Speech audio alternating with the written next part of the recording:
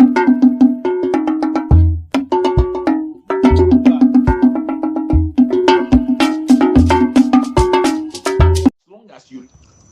that was the ground. So they wanted to seize his assets, sell his assets, and then use it and pay back Union Bank.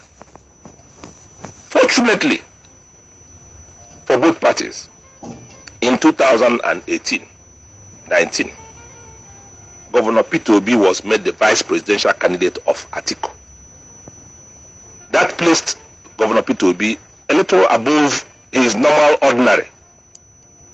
So what happened? AMCOM people, the same AMCOM, the managing director and some executives, visited Peter Obi in his Lagos residence and told him that he has been making a case for Reverend Father Mbaka, that they would want him to now take it upon himself, that they've agreed to assist Father Mbaka by making sure that he spread his loan and pays it at his own time, giving a formula. Huh? So it was, when Peter Obi had it, he was delighted. And he called me and called Val Obinyem, his media person, and said, we want to take a visit to Enugu, Emenam Adoration Ground. The driver was Chede from Abatete. And we went to see Mbaka. And you were in that vehicle? I said, the driver was Chede. I and Peter was sitting in front. I was sitting in back with Val Obinyem. I know. And we went to Adoration Ground on an ordinary day. Okay. And we went there. And Peter went in and relayed the message of goodness that APCON has agreed to let him go, spend his time, spread your debts and pay it at your own time. And the jubilant Father Mbaka rushed out, shouting and singing that the Lord has done it again. As we were about entering the motor to go, beggars in the Adoration Ground all rushed round Peter. Then they knew it was Okute that was there. They all rushed, circled our vehicle. And Mbaka left where he was and ran to the vehicle and told them, that was his language. And he said, Your Excellency, don't bother about these people. What you do for me is come back here 2 weeks from today. I'm going to have a bazaar so that I can tell the world what you have done for me. That was Mbaka. Peter was trying to give an excuse. I'm not sure I will come. He said, please do it for me. Come back here and I will tell the world what you have done for me today. And I was one of those who, from the back, told my junior brother, His Excellency Peter Obi. I told him, I said, Your Excellency, what is wrong? Squeeze your time. Let's come here. And we left. 2 weeks later, Peter Obi came from the airport. I came from Oka or Anambra here with the driver and Val. We waited at the airport gate until he landed, and we went to the Adoration Ground. On getting to the Adoration Ground, we had songs already prepared by the choir. The people were already singing in the church, and that was the bazaar day. That was the bazaar day now. The church was already it's supposed to have started by 10. We came there about 15 minutes to 10, and already there was music on the air. And I listened to the music. The music was composed with Peter Obi's name. They were singing hilariously in honor of Peter Obi. They had composed a song, and we were happy. We went and sat down, and when we waited for about 30 minutes after 10, as 10:30, going to 11, 10 minutes to 11, Peter said, no, something is wrong. That he is going back to Lagos. That we need to go and find out from Father if this bus is not starting on time, so that he can take permission and go. Behold, we went there. When we got to Mbaka's office, we were told he was with a governor. And when we looked in, it was Governor Umahi. Dave Umahi, that was there. He was already dressed in Ashebi that was made with Father Mbaka's head. That is Dave Umai. Dave Umai. Dressed in Ashebi. Yes. Made with Mbaka's head. Okay. They were inside. He was there with about 2-3 persons, all dressed in the same uniform. It was when he came out that we now saw 2 buses that were carrying people from the state, Abakaliki, all in the same Ashebi that he had. Okay. The same Ashebi that Mbaka used to celebrate his mass. They had it. Okay. So we greeted Umahi with all pleasantries and we went for the service. When we got to the service area, the mass started. And when the mass started, the Reverend Father Mbaka started his homily, came down from the altar, just in front of where we were staying. The wife of Omahi, Cecilia Zilo, the deputy governor of Enugu State, P2B, myself, and then, no, after P2B, it was Hope Usadima, and then myself. Hope Usadima was also there. He was also there. But he wasn't a governor there? No. He was in the service. So the Reverend Father started preaching. After preaching, at a point in time, he started showering praises on Omahi as the David of our time. He was contesting for the governor, so there was no problem. So he glorified the wife, talked about the wife, then talked about Enugu State Governor, Ugwani, who was not there, but represented by my very close friend, Cecilia Zilo, the deputy. After that, he now turned over to Hope Uzodimma and said, he is the hope the people have been looking for, as Imo people, that he is the hope, and talked about hope. He didn't talk about us. He didn't talk about P2B. So my own presumption then was that he was reserving P2B for the actual bombshell. Okay? Having greeted all these people, he now came back to the same service and took on Atiku. I said that Atiku, Atiku kanama ejiru umuahia. That was the language. Kanama ejiru umuahia. So, you know, and we were all eyes. After talking about Atiku, he said that Atiku and Obi will go nowhere. The same Obi that he invited. He said Atiku and Obi will go nowhere. I started talking.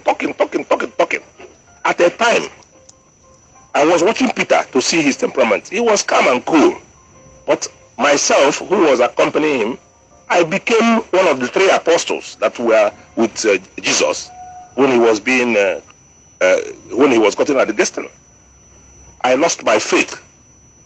I felt indignified. I felt I don't want to be associated with P2B anymore. Because the abuses was so heavy, and the crowd was all in eyes. Even the choir that composed songs for P2B were all surprised. And that was what happened. They talked, and thereafter he entered his speech and went up and continued his march. I remembered Cecilia Ezilo, deputy governor of Enugu State, shedding tears. He was tapping Peter, tapping him all the time. Your Excellency, Your Excellency, Your Excellency. He was tapping Peter. And then, remember at that point, he was a member of PDP then? Yes. And then even Dave Umai, PDP then? Of course. And then even P2B, PDP then? Of course. And Atiku, PDP? Of course. It's okay. So he was tapping Peter. Myself, I temporarily excused myself to ease myself. You went to go and urinate? Yes. And it was a very... and I disappeared into the crowd. You disappeared. You left. Yes. The person you accompanied to. I'm being... So you became Peter of the Apostle. I left him and went into the crowd. And one person there identified me like Peter was identified. Oh. I said, this man, you are with Peter. I didn't answer him. I turned and went the other way. Oh. That was how it got. So you can imagine how I felt that day. I was like somebody in hell. And then I never reappeared until the mass ended. I rushed over to Peter when the bazaar now actually was about to start. That was the preaching, the sermon. Yes. Now, after the mass, yes, it was the bazaar, actual bazaar. The actual bazaar. And then he was calling people up to come and donate. First of all, he called a group of young men who brought to him the latest brand of Prado. Prado Jeep, valued then at 80 million. They announced the price they bought the car as a gift to Mbaka. 80 million.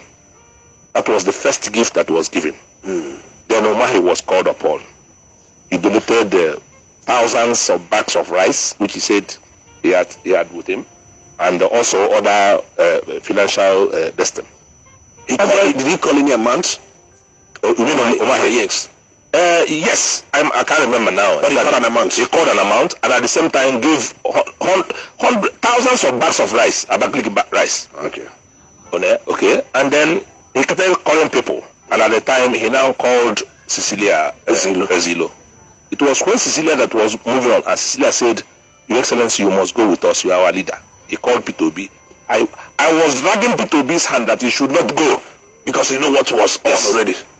And Peter said no, he will go. And he went on with him. The rest is history. You saw it yourself. All the embarrassments. He came there and started talking and gave all the embarrassment. And so that is exactly what happened. It was a repay of a good deed by Peter by intervening in Ampcon to restrain them from making nonsense of Father Mbaka. That Father Mbaka paid. And it was, we were there.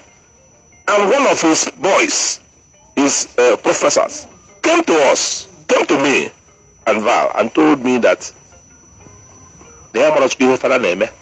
But then have you come back from the urination you went to do that time? Because yes, I said immediately after the service. Okay, you came back from... I came back from the urination. I didn't worship again, because how can I be worshiping? What type of worship am I worshiping? Everything there, as far as I'm concerned, was no more leading me to heaven. It was leading me elsewhere.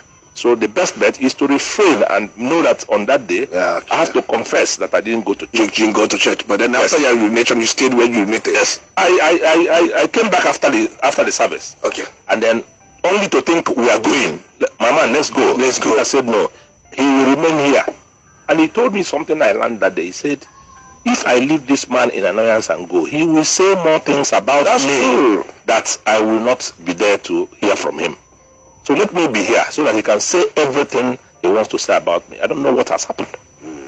So it was one of these people that came and told us that Umahi and Chris Oba and Ike Kwelemadu had visited him throughout the week that they were there in the adoration ground, trying to tell him that he must be against Peter's nomination as vice presidential candidate. Umahi, Chris Oba, and Ike Kwelemadu. Remember, they were the one that shouted they were not consulted. I'm saying this. I don't know, because I'm trying to put some things, because we covered it here. Yes. The moment Peter was appointed or nominated by Atiku as the running mate, Omaya thundered that how can Atiku nominate P2B?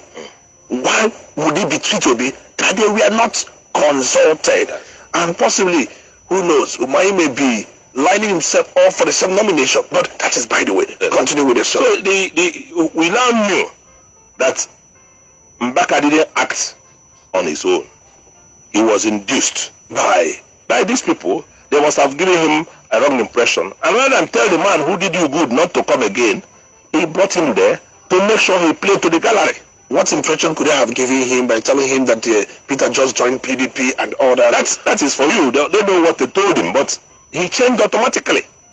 Started castigating Atiku and Peter, and then finally went to Hope to them and told him he must be governor, blah, blah, blah, all those rubbish. He finished them.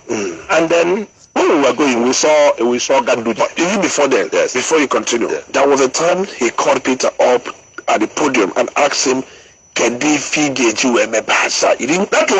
was when, as I said, everything is now history. Because when Ezilo came, he told him that the governor had given him a message earlier, and he acknowledged that. It was now for him he gave Peter a microphone. And Peter said what he said. Father, tell me what we will do together. Any project. Let me take I'll be part of it. Yes. That Bazaar has a formula that if you come for Bazaar, you bring the money for cola.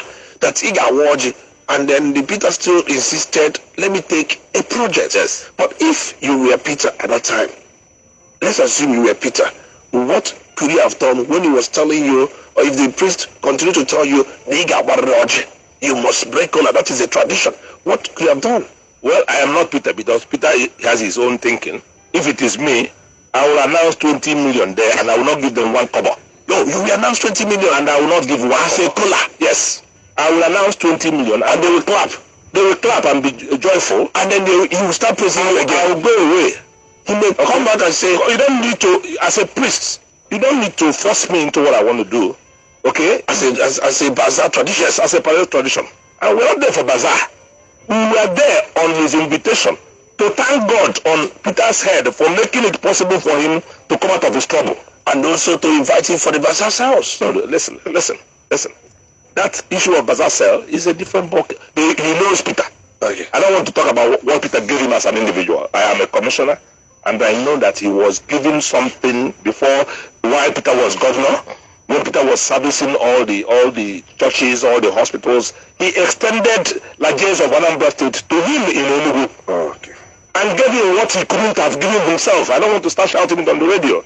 He was a beneficiary of Peter's government. So for him to descend down to begin to talk, okay, these things have happened, and it has been settled. What again made him to resurrect this matter last week? Look at what he said. Yes. He said, and I quote, yes, that he was on his own. He has forgotten everything that happened.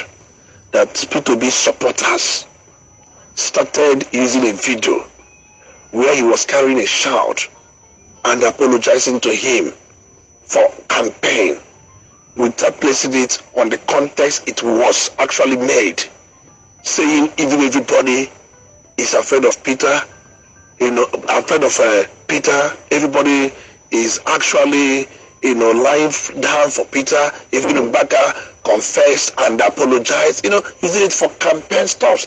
He was on his own, but he has to come out to refute that. And he went further to say the apology he made was because his bishop actually asked him to render such apology. And then he went further to even add, it was not on his own volition. It was something that the bishop said he must do, and then as a Catholic priest, he has to say, yes, my Lord. And that was exactly what he did. He was expecting Peter to be, as a Catholic, who have seen such an apology, to also acknowledge the apology and say also on his own that I'm also sorry. It happened over time. It never happened, only for them to start using it for their campaign. That is what he said that made him to come out again. Well, what he said doesn't add up. I'm expecting you to say that Peter Obi did this to him. He said Peter Obi did this to him. No, he didn't say that. You are now saying that the social media came up with all those who have offended Peter and apologized to Peter, of which is one. Okay, and he's annoyed that he started using it for campaign. They are just recalling history. History is campaign. If it is what you mean now, that is. We now see Peter is recalling how Abubakar went and borrowed for 8 billion from the world market, or 8 million to build Kainji Dam and so on. That is publicity. I don't know. History is history. Whatever we sow, we will reap. So they were told. The Anglican hymn, but let me answer. Yes. Over the time this issue happened, it was in 2019 it happened, if I can recall. And this is 2022. Yes. That is, if you ask me, about 3 years ago. Yes. And then I was told. Is it about how many? 3 years. How can? 2019, 2020, 2022, okay. About 3 years ago. Okay. That is how it happened. And I understand that P2B's younger brother is a reverend father. Yeah. And I was told, I don't know how true, that he's a rector of Tansian University. Tansian Seminary. Yes. Major Seminary. That's the younger brother. Yes. And P2B also has a sister, biological sister, who is also a reverend sister. Good. So what it means that P2B is a Catholic in a Chelsea's, yes, in every round, in every corner. One would also wonder, all this why? Because there was this relationship breakup between Peter and Father Mbaka, which you have attested to, that Peter helped him when it comes to AMCON. The debt his factories were owing Union Bank, which you mentioned. Yes. And then what happened at adoration and the apology and all that. Yes. Why didn't you advise P2B as your bosom friend to see how to get to Father Mbaka so that their relationship can also improve again. I don't understand relationship. You see, the very day Father Mbaka made that statement and castigated Peter, okay, and thereafter we met Ganduje at the airport. Ganduje. We were with him at the airport, coming from Abuja. Okay, from Abuja. From Kano, Abuja, with a charter flight to go to the same adoration ground to meet Mbaka. And all he said about Buhari. Peter issued a statement the following day and said, whatever Mbaka did as a priest of God, that he has taken no pains on it. He has forgiven him. So Peter was the first person to ignore and forgive him. Okay. We didn't tell these stories when it happened. We didn't go to recall what did we go to. We kept it to ourselves. Unlike Peter said, keep on praying for the Father. Okay? And we kept on praying for the Father. And can I also tell you that I was in the car when he called his younger brother Fabian. Okay? Peter called his younger brother. I was in that car from Emene to airport. You say Father Fabian. Yes. And he called Father Fabian, his younger brother, who is now a rector of the university of there, and said, this is what I saw today. And the father said, forgive him. That is his younger brother, who is a priest. Yes. Reverend Father Fabian. Yes. He advised Peter and said, forgive him. Forgive him. Don't bother about it. Don't bother about it. Go about it. And from that, because I was in there. He was in the car where that call was made. Yes. And even there, he had to draft a text message. He drafted a text message on his phone, gave it to Val, he read. After reading, they gave it to me to read. Yes. So what was the text message? This concerning the same thing. Father, what you did today wasn't what we agreed. I came there on your invitation, but you chose to do otherwise. But as God will have it, I have no problem with you, and may God bless you. Text message. Yes, text message. We proofread it very well, and he sent it to Father Mbaka. Okay. And I'm sure Father Mbaka got it that day. Whatever had transpired. So anybody who says that Peter didn't reach back to Father Mbaka, I say it's not true. I am that he did reach back to him. I see that text message. The same day we vetted the text message and he sent it to Father Mbaka. I was shocked. Because these things are not my style. Yeah. Peter is his own. If it is me, he won't send a text message. What type of text message? I will dance with him naked in the public place. That is me. That is my own madness. If you had done that, remember you were a knight. Look, are you a knight? Look, let me tell you.